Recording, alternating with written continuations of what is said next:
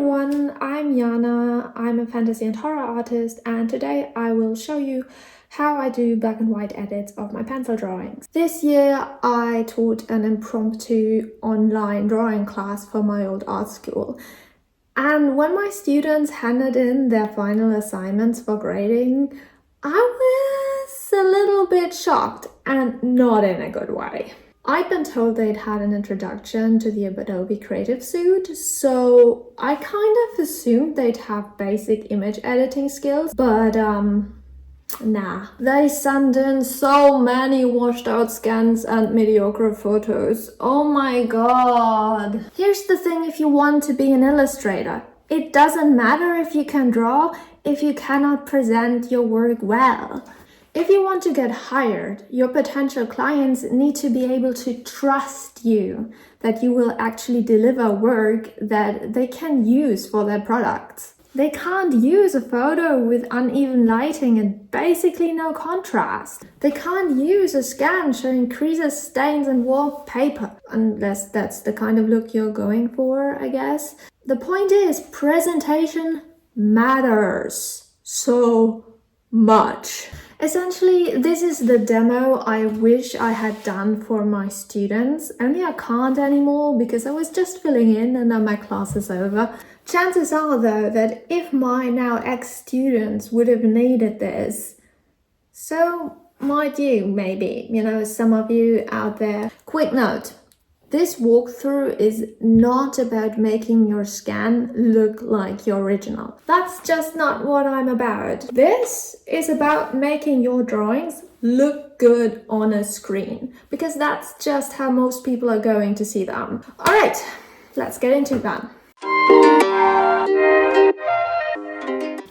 Okay, so I actually had another piece prepared for you, but unfortunately my external hard drive crashed and all is lost. That's why I'm going to use an older piece as an example.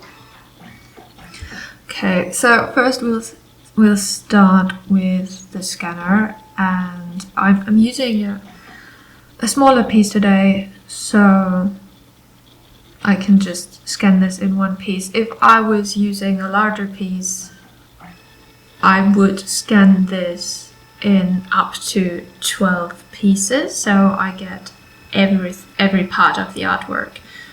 Now, if you look at, oh, why doesn't this work? There you go. So here, this one is currently being scanned at 300 dpi, which is, well, it stands for dots per inch, right? You might also see ppi somewhere, which is pixels per inch. And it's essentially the resolution for printing, and 300 dpi is essentially standard. I like to scan at 600 now, which is huge. It means I have huge files, but it's always easier to reset to make a file smaller than it is to create a larger file from a smaller scan. And I just prefer having the ginormous file to work with and then resizing later on for print. Now, also scanning in color, even if this is going to be a black and white image, because I just want to have the option, right? There's some color information in this, which I might show you later. Anything else? No, I think this looks, well, this is the folder it's going to be scanned into. It doesn't really matter. Anyways, let's go. Let's scan.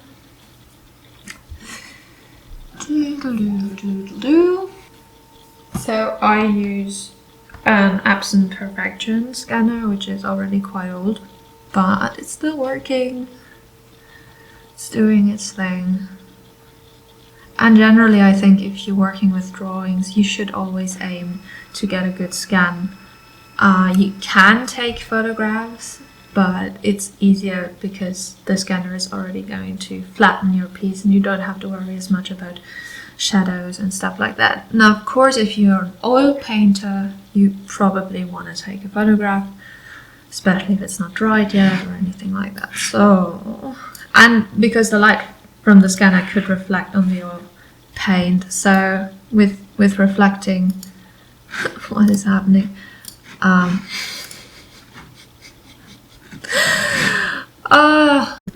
Okay, right. So before we get started on this drawing, I'm going to show you something really quickly. Now, if this had been a larger piece, a larger artwork, that I would have needed to scan in 12 parts and 6 parts and 8 parts, however many would be needed, right?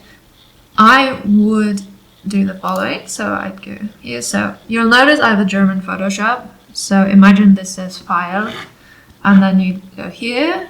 It would be automate, presumably, and then you click on Photomerge. This is magic. I have to assume the newer versions of Photoshop have this as well, because if I ever change to another software, it would need to have something like this, because it pieces artworks together automatically. And essentially use it, you choose files that you need here.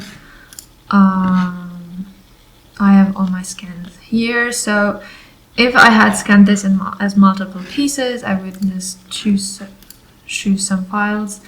I'm not going to do this now, but then you click on OK, and it's going to piece the whole thing together for you. And it's usually very, very good at it. It's not perfect, especially if you have a pencil drawing. You might notice that the lighting on the paper texture doesn't quite match, because when you scan it in different pieces, you scan it from different directions, and the lighting of the scanner on the texture looks different, and when this is being pieced together, it doesn't quite match. But for my purposes, it's perfect. So, but we don't have to do this today. Instead, let's quickly, so that would be image, probably corrections, but here I want to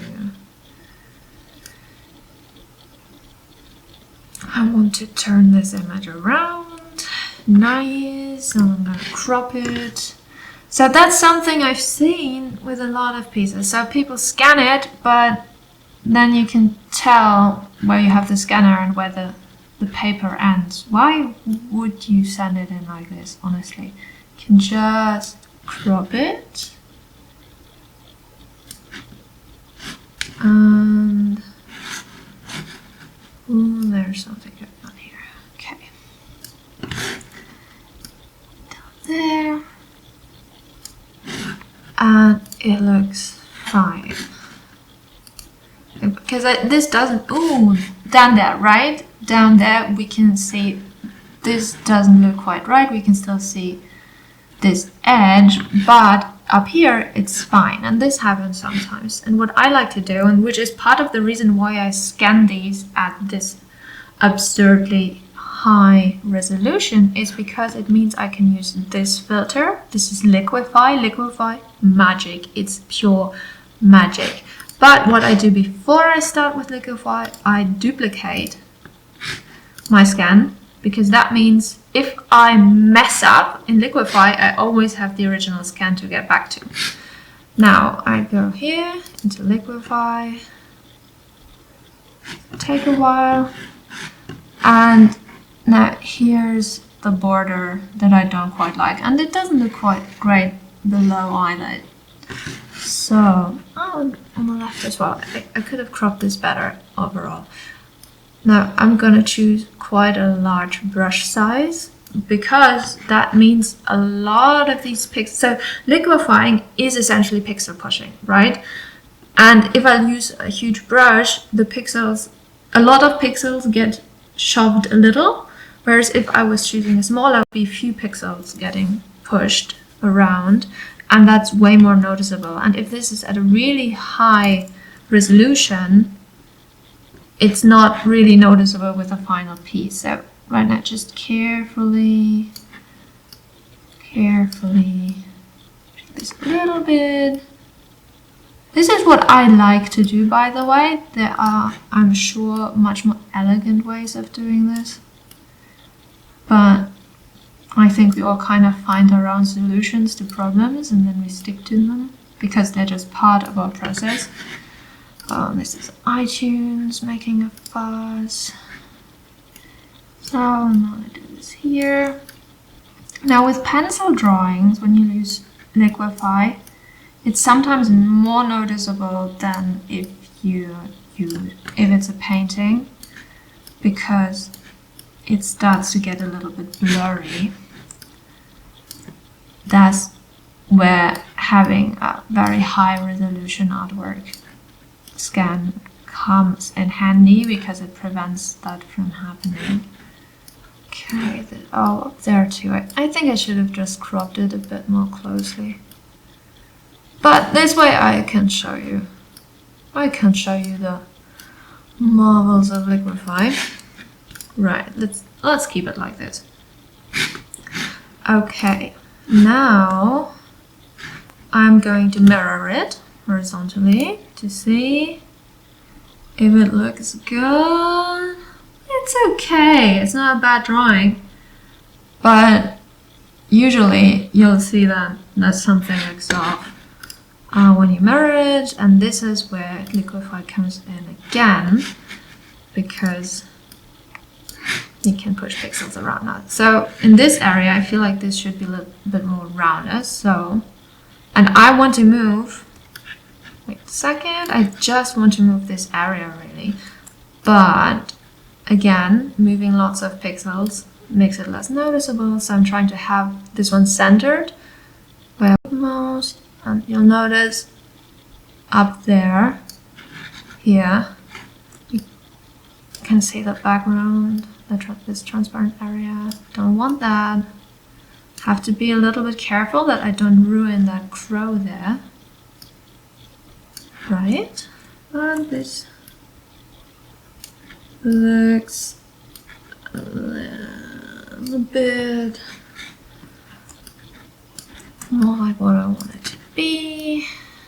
So fix that one real quick. Maybe also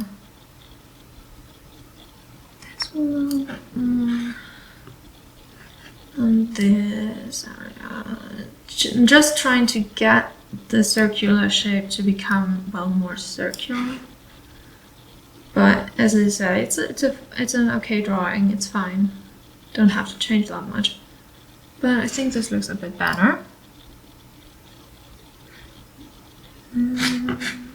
Now changing it, switching it again. Yeah, see, this was the original. It's really quite minimal.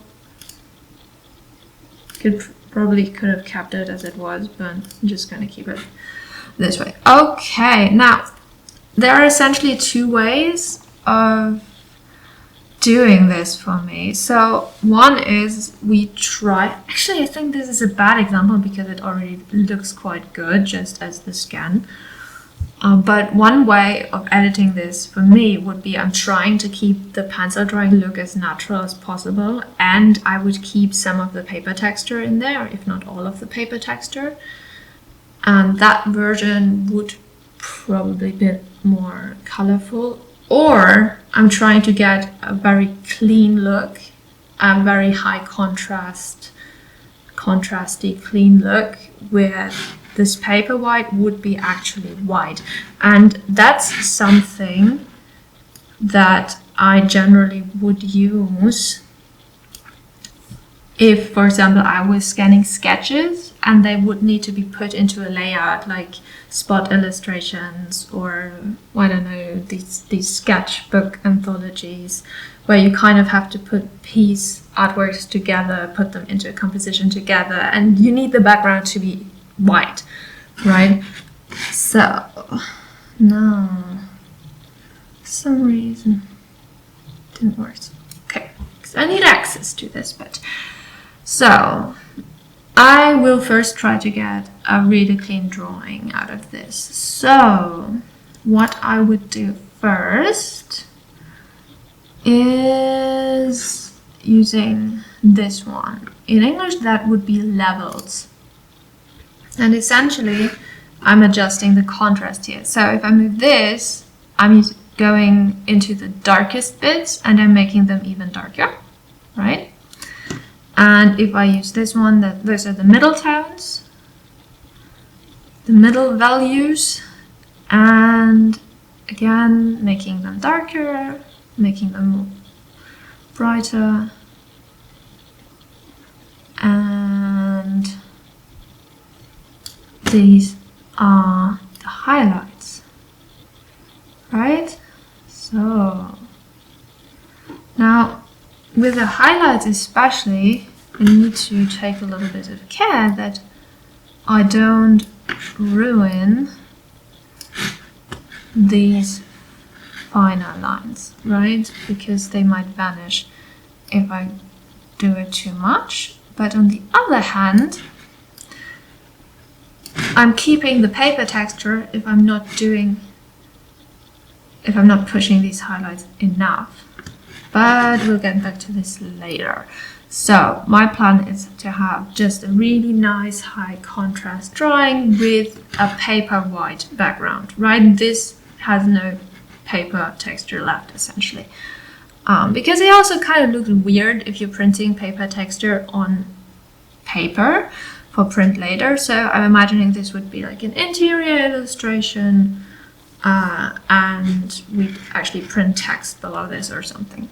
I don't know. Okay, so this would be black and white, pretty high contrast, and you can tell the comparison. This has lots more contrast, and especially if you're presenting your artwork online, contrast is something that just catches the eye, so it usually wants them to be there. Right, now these areas where the whites are kind of bleeding out, and with this artwork it's not as obvious because the paper was already it's bleached paper, so it doesn't have a color in itself. But if it wasn't, you might end up seeing pretty ugly colors here, right? Where the bright areas are bleeding out. And you can fix this, because this is supposed to be a black and white piece. Okay, so before we fix it, I'm showing you that there is color information on this and how it could be useful. This is called vibrance in English, in the English language Photoshop, and this is vibrance. And saturation. Saturation just makes it more colorful, and vibrance does something interesting. It kind of picks out all the colors that are in a piece, and it makes them, it separates them, or it makes them more obvious. I think it's really interesting, especially if you're working in black and white, because as you can see, we have colors in here. There's green and blue and something a little bit purplish, and then you increase the saturation. Oh, this is suddenly a color piece, right? And this is why I don't scan these in black and white, even if I know it's gonna be, oh, this looks really good. Really like this. Actually, sorry, you thought this was gonna be a well-structured tutorial. No, it's not. So you can't see my entire selection possibilities, but now I'm going for selective color. Right, selective color is really nice because you can go into the whites, the grays, and the blacks. You can also go into all the other colors, but I don't care about other colors because I usually work with black and white drawings or paintings. So now the white is just all areas, all the brightest areas essentially. And I can be like, oh, I like this bluish hue, so I could make it more blue. Or I could be like, well, maybe I want it to look more yellow. But I want to have the bluish hue again in the middle values. Like this, or no, I want it somewhere, but I want it to be a bit more magenta too, so I can have like this purple yellow complementary contrast in there. And maybe yeah, I like to do this. I like to take out some of the cyan and go more into reddish, and then we go for the blacks. Now these are the darkest areas, and we'll just have them here in the eye and in the crows. So let's, I like the green in it, so let's see. Yeah, it looks quite nice. Right? Looks okay. And then, this is really not what I wanted to show you, people. But real quick, let's go for a little bit of color to contrast this, and just add some red there. Right. See? Do we see it? Oh, it's very subtle, isn't it? Very subtle. Maybe we'll go for the entire eye instead. Maybe. Is it better? Not sure.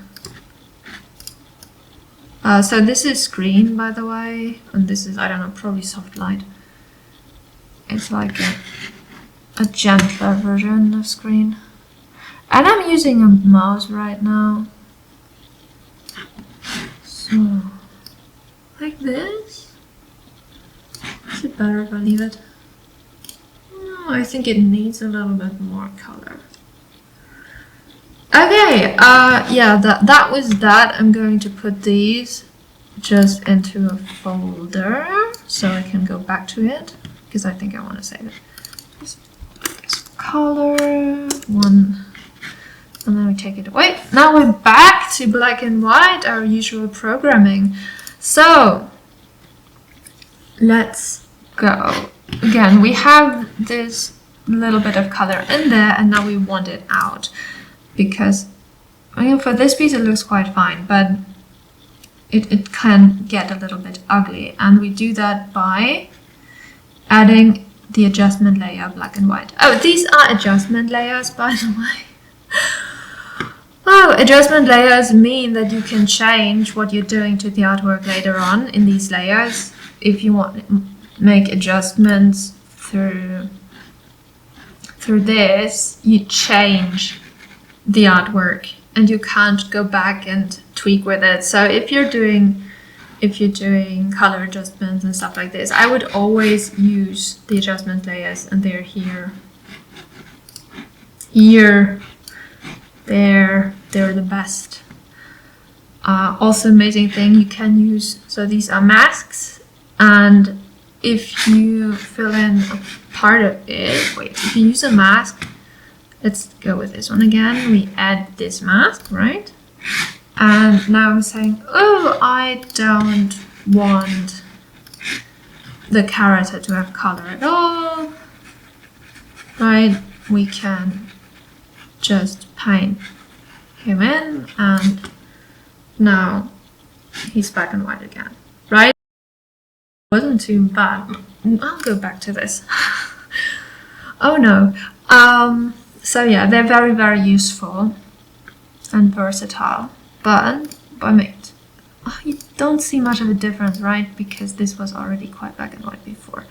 But it's completely black and white now. If I was to use the dynamic, the vibrancy now, nothing would happen. And if we want a black and white piece, that's what we want. You could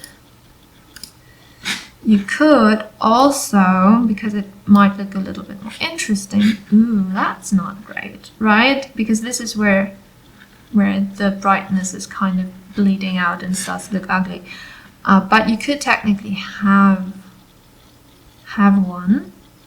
You could give it like a slight color, go with something darker, maybe something less, something a bit more subtle, so we don't have this effect.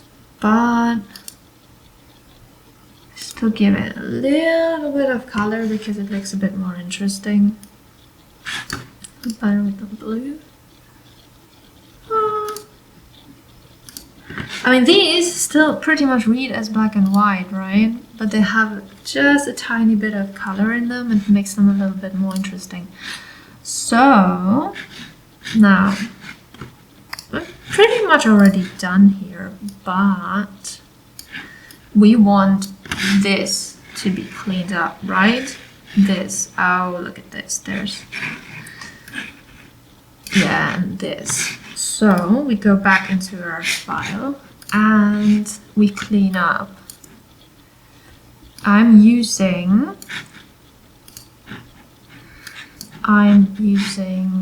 the healing tool. I think it's healing spot tool that kind of does things for you automatically, and then you just zoom in. It's a huge file. I'll zoom in at 100%. This is usually unnecessary. Ooh, look at this. Ooh, I have to change this. That's why you zoom in. Oh my goodness. Alright, this way, and then you can just go through this and like, oh, this is a pretty nice scan. Kind of sucks. I shouldn't have cleaned the scanner before I started this. I would have had so much more to do, but yeah, it's also quite kind of, there is the border. We don't like it. We don't like it. No, these look fine. But usually you find dust and ooh, there's the border too. You find dust and hairs and fur and stuff like this. This. I don't know, maybe I want this area to actually be pure white. I might. Don't like this.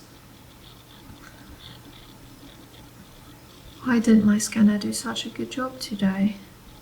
I usually always have scan lines in there and it, in colors and everything. It looks terrible, but I like my scanner, by the way, but oh, this is not good. Let's change the settings here. Just making it worse now. So if it doesn't work, I have this patch tool, which is really nice. I'm saying I don't want this, I want it to look like this. Not like this way. Right, so patch tool and spot healing tool. Oh, there we go.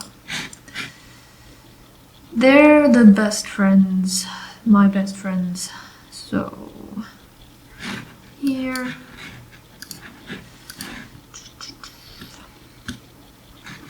This one. Yeah, and this. I don't think I'm going to try to patch all of this up because for this I'm going to do something else. And because I want it to be pretty much pure white. Now, I do not know if this is how people do this usually. Ooh, I'm not sure what this one is called in English. I think it's the screening tool. Anyways, it makes things lighter. It comes more from the photography parts of Photoshop. You can tell it, okay, what values do I want to change, and I want the bright values changed, right? And it really maybe a bit much, because here I have some transitions and I want them to be a little bit softer. Okay, this is already really soft. So I'm making this a bit more soft. Making it bigger because that's feathering out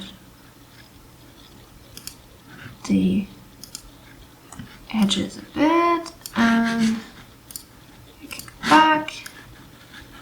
Okay. And it essentially, because it makes everything just so much brighter, gets rid of our texture. And I think this is I think this is one of those things where people who are actually image editing pros or something are gonna run crying into the woods because it's just so unelegant. But I mean, look at this. It just takes away the texture in the bright area, and I'm being left with my signature. Now I'm gonna feather this a bit more.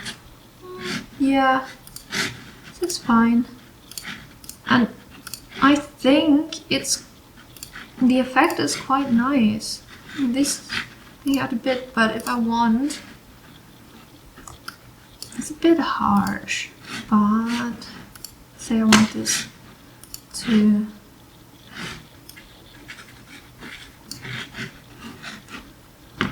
fade out. Let's go with this. Okay. And now let's check background. Do I still have some texture? Yes. What I'll do there is... I don't think that's gonna work. But I'm just gonna overpaint the bits that are still left with white because I can. Everything else is white, so I might as well do it.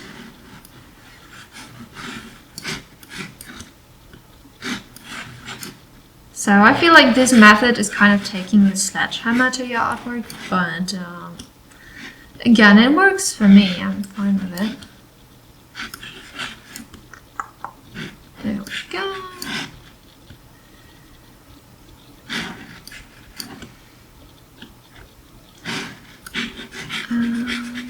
Go.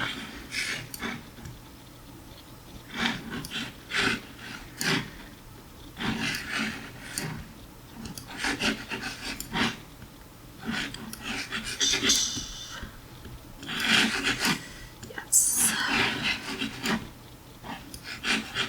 So, all right.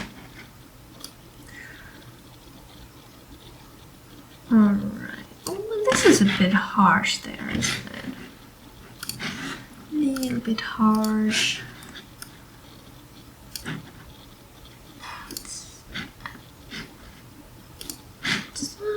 Yeah, it's a little bit gentler. Transition's a bit nicer. Okay. Now, I was considering this area, but I want to keep all my pencil lines. I just want the paper white to be white, in which case I'm using a smaller brush here. It's a bit harsh, but the paper white is white. Oh my goodness. No, this is fine. This is fine for me as well. Okay, so...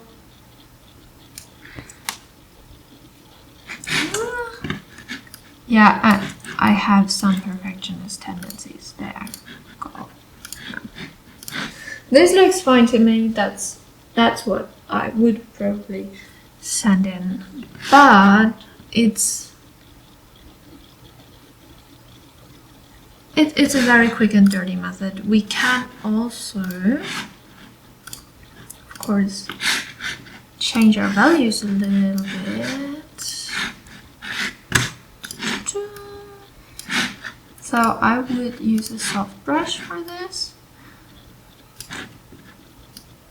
And, well, I would also use my tablet pen, so it's less clunky, but it's fine for this. So, because I want these crows to pop a little bit more, right? So they're supposed to be really dark, but they're not. And this layers on multiply, and I'm gonna change the opacity a little bit. Yeah, that looks nice. Okay.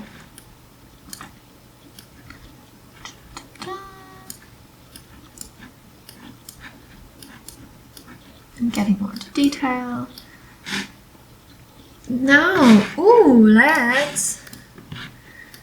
so I'm choosing a layer negative multiply, which means bright colors are going to cover darker ones, and because we're gonna give them glowy eyes. Yes. I have no idea where the head is, but maybe there. Why not? There we go. Do we have eyes here? There. I just pretend it has eyes. And when we edit, there's a highlight here. Let's bring it back. Okay. Now, this would be my final piece, I think. Maybe if I want this transition to look a little bit nicer, I'm gonna go with this one. And I'm gonna choose white and I'll have a soft transition in this. Oh, did I put it on the same layer? Yes, I did. That was stupid of me. Let's change that. So, right, because this is softening the area below and it's making the transition a little bit more nicer. But of course we have too much in this area now. But let's go. So I think at the edges I like it.